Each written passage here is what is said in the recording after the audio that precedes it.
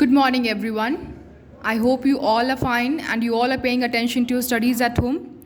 So, today in English 2, we are going to discuss all the difficult words of the chapter 5, Learning to Fly.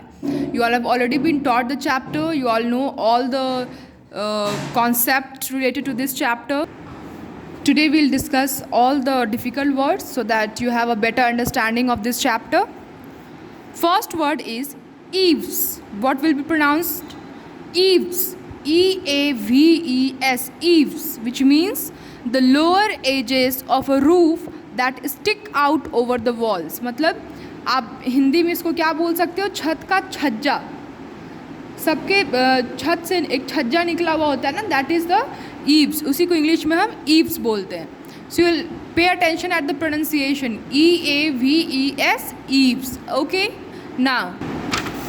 Now the next word is misgiving. M-I-S-G-I-V-I-N-G. Misgiving, which means doubt or anxiety about what might happen. Misgiving मतलब किसी चीज़ से related शक होना कि ऐसा मतलब घबराहट होना, शक होना कि ऐसा हो सकता है या नहीं हो सकता, मतलब भरोसा नहीं होना, उसको बोलते हैं हम मिसगिविंग. Entreated. E-N-T-R-E-A-T-E-D. Entreated. Ask somebody to do something in a serious and often emotional way. किसी से कुछ करवाने के लिए उसको इमोशनली या बहुत सीरियसली बोलना, उसको हम बोलते हैं entreated. Now the next word is indifferently. Indifferently. I-N-D-I-F-F-E-R-E-N-T-L-Y. Indifferently. Indifferently. Okay, it means in a way that shows you are not interested.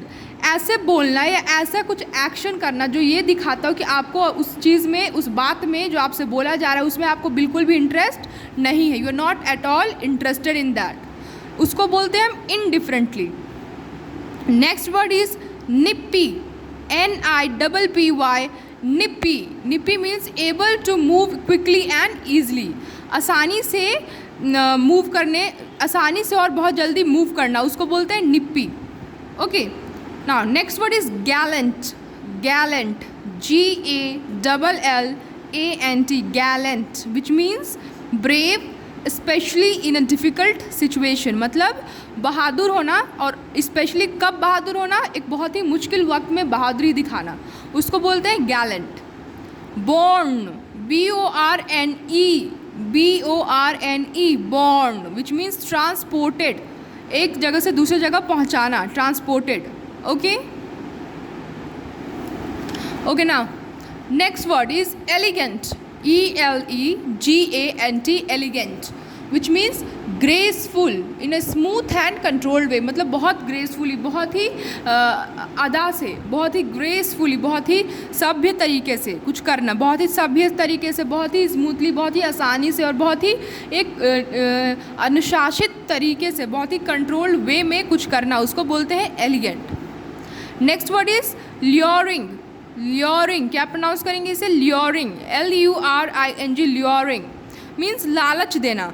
Persuading और tricking somebody by promising them a reward. किसी से कुछ करवाना, उसको ये लालच देके, उसे कुछ देने का लालच देके किसी से कुछ करवाना. Next is ablaze. Ablaze. A-B-L-A-Z-E.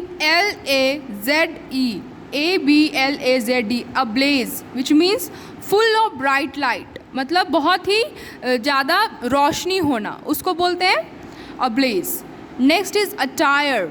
A-T-T-I-R-E. Attire, which means clothes, कपड़े, जो आप कपड़े पहनते हैं. Last word is soared. S-O-A-R-E-D. Soared, which means rose quickly and smoothly up into the air. बहुत ही जल्दी हवा में उड़ने लगना, उसको बोलते हैं sword, like the birds. Okay. So we have discussed all the difficult words of chapter 5. I hope you do not have any problem in understanding any word related to this chapter now. Thank you.